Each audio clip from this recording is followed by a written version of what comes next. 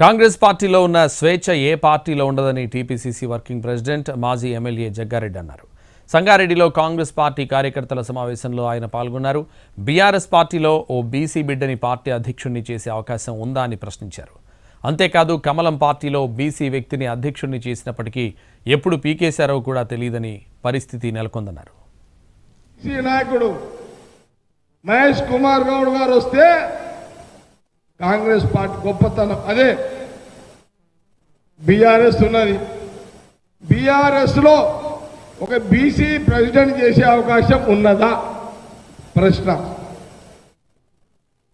BJP ఉంది, బీజేపీలో ఒక బీసీ ప్రెసిడెంట్ చేసిర్రు. ఎప్పుడు చేసిరో ఎప్పుడు పీకేసిరో కూడా తెలియదు.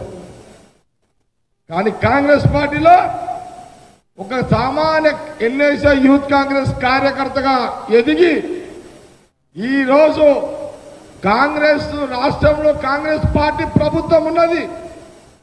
ఇక్కడ ఒక ముఖ్యమంత్రి రెడ్డి సామాజిక వర్గానికి సంబంధించిన నాయకుడు ఉన్నాడు.